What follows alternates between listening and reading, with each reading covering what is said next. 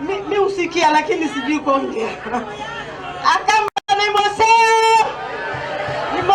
imwi. Haya, asanteni sana, hapo imetosha. Mimi niko na kitu kimoja tu. Jana nilimsikia Mheshimiwa Junet akiongea kwa jukwaa ya Kenya Kwanza maneno ya upinzani. Tunamwambia upinzani uko hapa. Kama anataka upinzani akuje aungane na hii timu, awache kuongea maneno ya upinzani akiwa kwa serikali. Sisi tumesema tuko kwa upinzani na tutabaki hapa na hatutatingishika. Wale wameenda waende. Junet, tafadhali consolidate wale wamebaki wa ODM walete huku, tushikane tufanye kazi.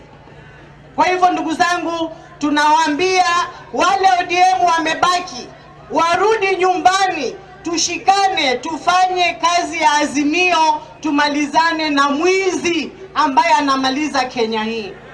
Wananchi, watoto hawaendi shule, hawana basari, watoto wa mama wako na njaa, hakuna kazi, vijana wanahangaika, na sasa wengine wanaenda kumshikilia Zakayo waendelee kupaa. Tunasema tafadhalini, wale wamebaki rudini nyumbani, tumalizane na Zakayo, kwa sababu Zakayo amemaliza nchi. Amemaliza hii nchi. Ikiwa tutaendelea na yeye miaka 10, tujue tutafute pahala ya kwenda. Sisi Lamu tutajitumbukiza kwa bahari. Sijui hapa mtajichoma moto ama mtafanya nini.